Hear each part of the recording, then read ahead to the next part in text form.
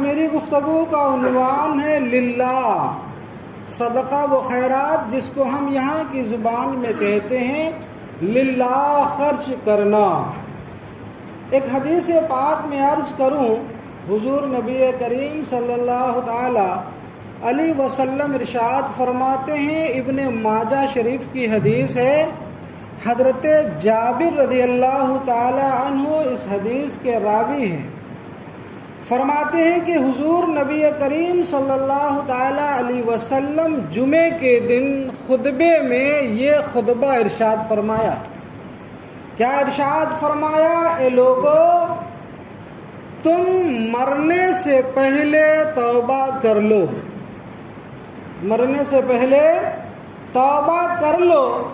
اور حضور فرماتے ہیں کہ موت کی دشواری میں مبتلا کیے جانے سے پہلے نیک عمل کر لو، یعنی موت کی تکلیف میں پھنسنے سے پہلے ہی کیا کر لو؟ اچھے اور نیک عمل کر لو۔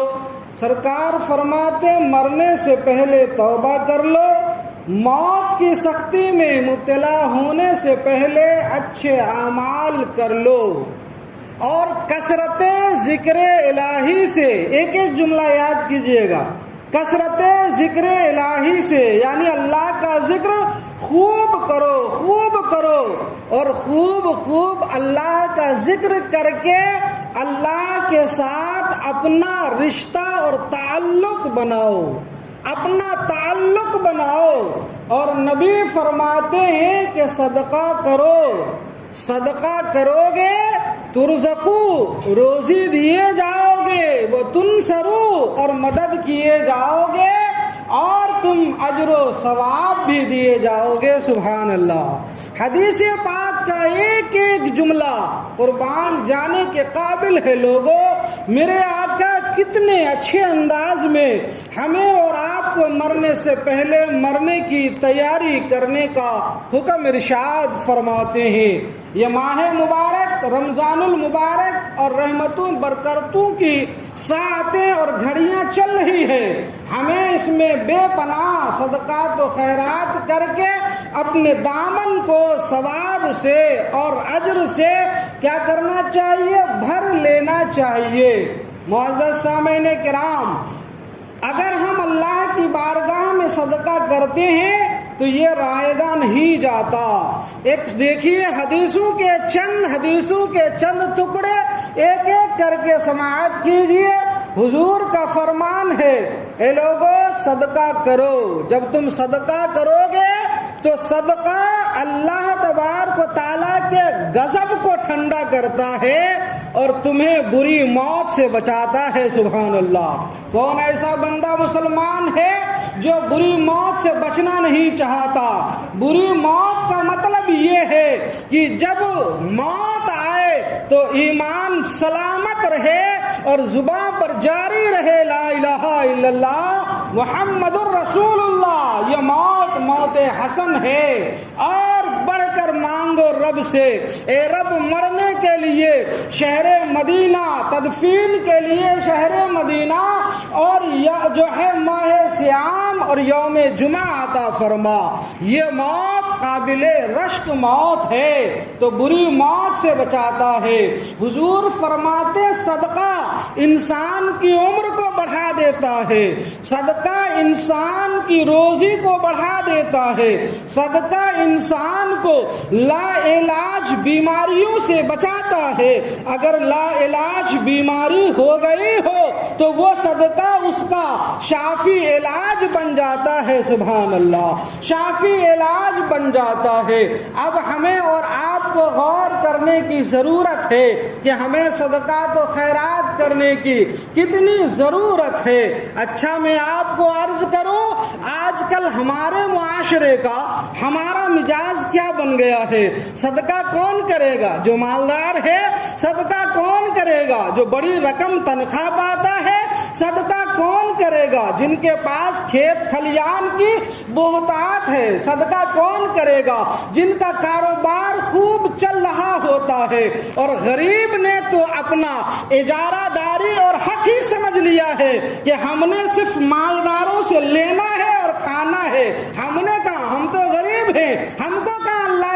میں صدقہ کرنا ہے۔ حدیث کے ٹکڑے پر آپ نے غور نہیں کیا، حضور فرماتے صدقہ کرو روزی دیے جاؤ گے، غریب ہو تو صدقہ کرو مالدار ہو جاؤ گے، محتاج ہو تو صدقہ کرو محتاجی دور ہو جائے گی، فقیر ہو تو صدقہ کرو تمہاری فکر اور فاقہ ختم ہو جائے گی، بیمار ہو تو صدقہ کرو شفا مل جائے گا، مصیبت میں پھنسے ہو تو صدقہ کرو مصیبتوں سے آزادی مل جائے گی۔ اب آپ کہیں گے جناب والا یہ کیا کہہ رہے ہو، جب پہلے سے ہی غریب ہیں تو صدقہ کہاں سے کریں؟ آج آپ پورے گاؤں میں تلاش کریں، کوئی ایسا غریب تو نہ ملے گا نا جس کے گھر میں ایک وقت کھانے کا نہ ہو، 2 وقت کھانے کا نہ ہو۔ صدقہ صرف اس چیز کا نام نہیں ہے کہ لاکھوں دیا جائے، جس کو رب نے لاکھوں دیا ہے وہ لاکھوں صدقہ کرتا ہے۔ رب نے آپ کو ایک روٹی دیا ہے تو رب کو راضی کرنے کے لیے اس میں سے آدھی ہی روٹی تو صدقہ کر کے دیکھو، آدھی روٹی تو صدقہ کر کے دیکھو، ایک لقمہ تو صدقہ کر کے دیکھو۔ رب کو چونکہ رب نے کیا فرما دیا قرآن کی آیت میں، میرے دیے سے صدقہ کرو، جو تم خرچ کرتے ہو وہ تمہارا نہیں ہے، جان تمہاری نہیں ہے، جسم تمہارا نہیں ہے، مال و دولت و کاروبار تمہارا نہیں ہے، میرے بندو ہوش رکھنا وہ میں نے دیا ہے، اور یہ میری رحمت کا کمال ہے کہ میں نے دیا، اور میری ہی بندوں پر خرچ کرو، اور میری رضا چاہو تو بدلے میں جو ہے بدلے میں تمہیں روزی کی فراوانی بھی دیتا ہوں اور آخرت میں ثواب بھی دیتا ہوں۔ سبحان اللہ۔ تو چاہو تمہاری اوقات اگر ایک انڈا ہی صدقہ کرنے کی ہے تو کرو، ایک گھونٹ پانی ہی صدقہ کرنے کی ہے تو کرو، اگر دودھ کا ایک لقمہ ہی صدقہ کرنے کی حیثیت ہے تو کرو، کھجور کا ایک ٹکڑا ہی اگر صدقہ کرنے کی حیثیت ہے تو کرو۔ حضور نہیں فرماتے ہیں، صحیح حدیث پاک میں ہے، میرے آقا ارشاد فرماتے ہیں اے لوگوں جہنم کی آگ کو بجھاؤ اگرچہ کھجور کے ٹکڑوں میں سے ایک ٹکڑا ہی صدقہ کر کے ہو۔ سبحان اللہ۔ اس سے بڑی وسعت و رحمت اور کیا چاہتے ہیں، اور کیا چاہتے ہیں؟ آپ نے واقعات کو سنا ہے، اگر میں تاریخ کی طرف نہ جاؤں وقت کم ہے اور حالات اور میرا جسم جو ہے بھی اجازت نہیں دے رہا ہے۔ تاریخ کی طرف دیکھیے، آپ پڑھنے لکھنے والے لوگ جانتے ہوں گے، اگر کتابوں کا شوق ہوگا آپ نے پڑھا ہے جنگ جاری ہے، صحابہ جہاد میں موجود ہیں، کچھ صحابہ جو کمزور ہوتے، جو بوڑھے ہوتے، جو تلواریں نہ چلا پاتے تھے، وہ کیا کرتے تھے؟ وہ زخمی ہونے والے صحابہ کو دوائیاں دیا کرتے تھے، پانی پلایا کرتے تھے، اور جو ہے ان کی لاشوں کو اٹھا کر خیمے میں جمع فرمایا کرتے تھے۔ اللہ اکبر، اس جملے کو میں جب بھی پڑھتا ہوں آنکھیں نم ہو جاتی ہے، اگر کلیجہ اور دل لگتے ہو تمہاری آنکھیں بھی بھر آئے گی۔ تاریخ میں یہ بات بھی ملتی ہے، میدان جنگ میں صحابہ جہاد میں مصروف ہیں اور چند درجنوں صحابہ دشمنوں کی تلواروں سے گھائل ہو کر ان کی جو ہے نیم مری ہوئی جان تڑپ رہی ہے۔ ایک صحابی کاسے میں پانی لے رہے ہیں، مشکیزے میں پانی تھاما ہے، پانی لے کر ایک صحابی کے پاس پہنچتے ہیں، جان تڑپ رہی ہے، روح نکلنے کو تیار ہے، جسم زخمی ہے، لہو لہان ہے، پیاس سے زبان باہر آ رہی ہے۔ یہ پانی پلانے والا پانی لے کر اس صحابی کو پلانا چاہتے ہیں تو وہ صحابی اشارے سے منع کرتے ہیں، میرے بھائی اس پانی کا قطرہ مجھے نہ پلاؤ، یہ دیکھو میرے قریب میں میرا بھائی مجھ سے زیادہ تڑپ رہا ہے، اس کی پیاس زیادہ محسوس ہو رہی ہے۔ وہ صحابی پانی لے کر ان کے پاس جا رہے ہیں، ان کو پلانا چاہتے ہیں تو انہوں نے اشارے سے کہہ دیا میرے بھائی پانی کی ضرورت مجھے تو ہے لیکن مجھ سے زیادہ میرے قریب دیکھو میرا بھائی تڑپ رہا ہے، اسے پلا کر اس کی پیاس بجھا دو۔ صحابی وہاں پہنچتے ہیں، تیسرے کے پاس پہنچا تو انہوں نے اشارے سے منع کیا، مجھ سے زیادہ میرے بھائی کو پیاس کی ضرورت ہے،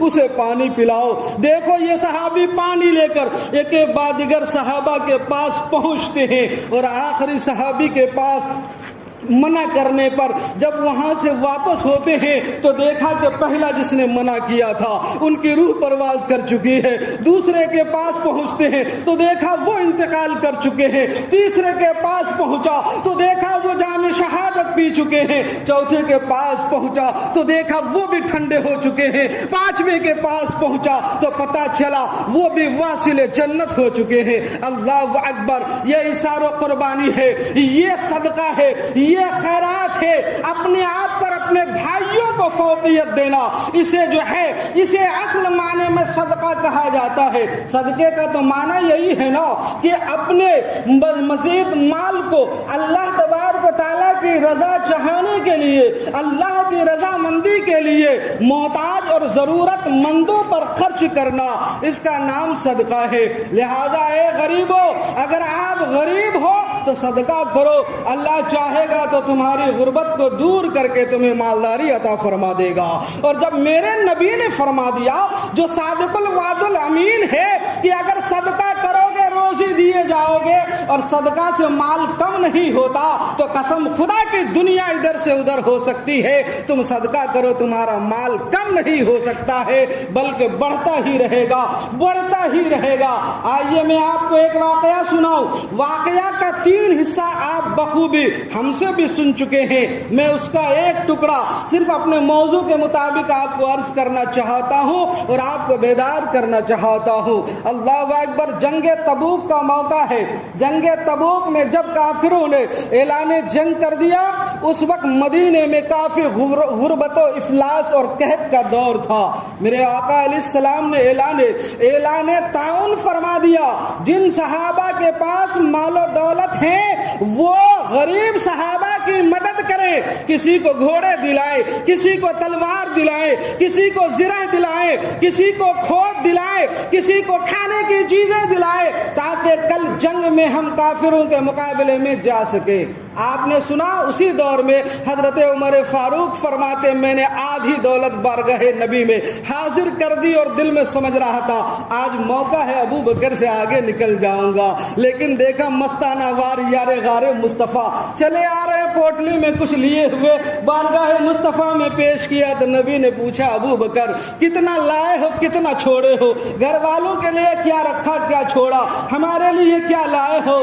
گردنیں جھکاتے ہیں، عرض کرتے ہیں یا رسول اللہ جتنا کچھ اثاثہ تھا اس پوٹلی میں سمیٹا ہے، سب کچھ آپ کی بارگاہ میں حاضر کی ہے اور اللہ اور اس کے رسول کو گھر والوں کے لیے چھوڑ دیا ہے۔ سبحان اللہ، یہ تو آپ نے سنا ہے۔ حضرت عثمان غنی نے 300 سے زائد اونٹیں عطا فرما دیا، لیکن ایک غریب انصاری صحابی جب رسول اللہ کا اعلان سنتے ہیں نا، غریبوں آپ سنیں، ایک غریب انصار صحابی جب حضور کا یہ اعلان سنتے ہیں دل مچل جاتا ہے، آنکھیں برستی ہے، اپنے گھر کی طرف اثاثوں پر نظر اٹھتی ہے، خاک بھی جیب میں کوڑی نہیں ہے، کیا کرے؟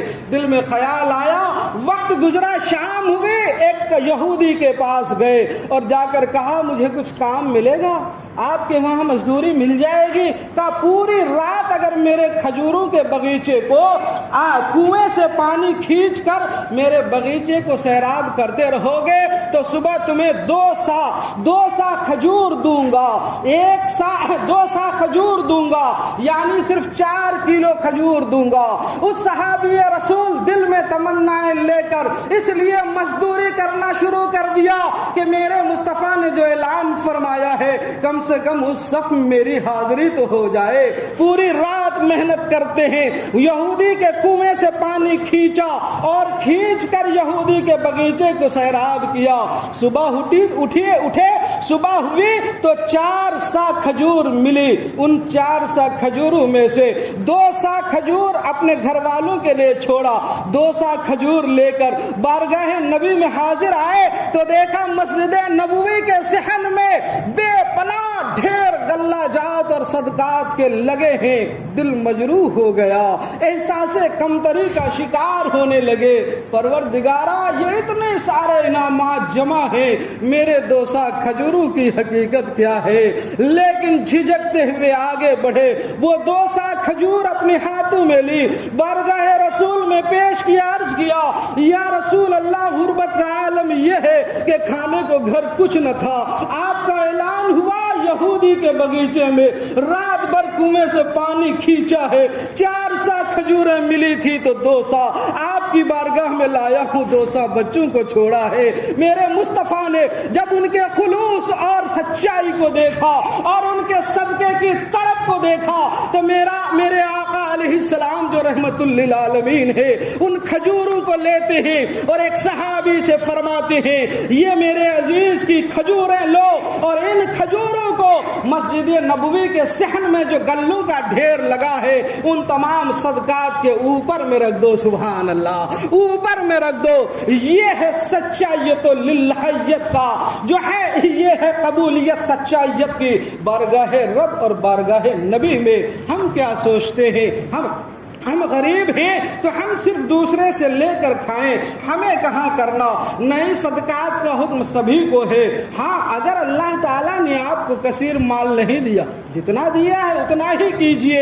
اگر نہ ہو تو حضور فرماتے ہیں لوگوں سے سچی بات ہی کرو، نیکی کی دعوت ہی دو، برائی سے روکو ہی۔ معاشرے میں آپ کے پڑوس کا بیٹا بگڑا جا رہا ہے، اس کے کندھے پر پیدری شفقت کے ساتھ، بڑے باپ یا چاچا ہونے کی محبت کے ساتھ اس کے کندھے پر ہاتھ رکھو اور ہاتھ رکھ کر اسے محبت سے، لجاجت سے، پیار سے بڑے تنہائی میں لے جا کر اسے سمجھاؤ میرے عزیز، میرے بیٹے، تمہارے ماں باپ نے تمہاری پرورش اور تمہیں اتنا نوجوان ہٹا گٹا اس لیے تو نہیں کیا تھا کہ تم جوؤں کے اڈوں کا چکر لگاؤ، اس لیے تو تمہیں بڑا نہیں کیا تھا کہ تم بھنگ، چرس اور نشے کے عادی بن جاؤ، اسی لیے تو تمہاری ماں نے پیار سے اپنی گود کا سایہ دے کر ٹھنڈ راتوں میں اپنی گیلے بستر پر سو کر تمہیں دلاسے دے کر سلائی تھی کہ تم جوان ہو کر کسی غیر اجنبی اور جو ہے بد کردار عورتوں کی محبت کے دام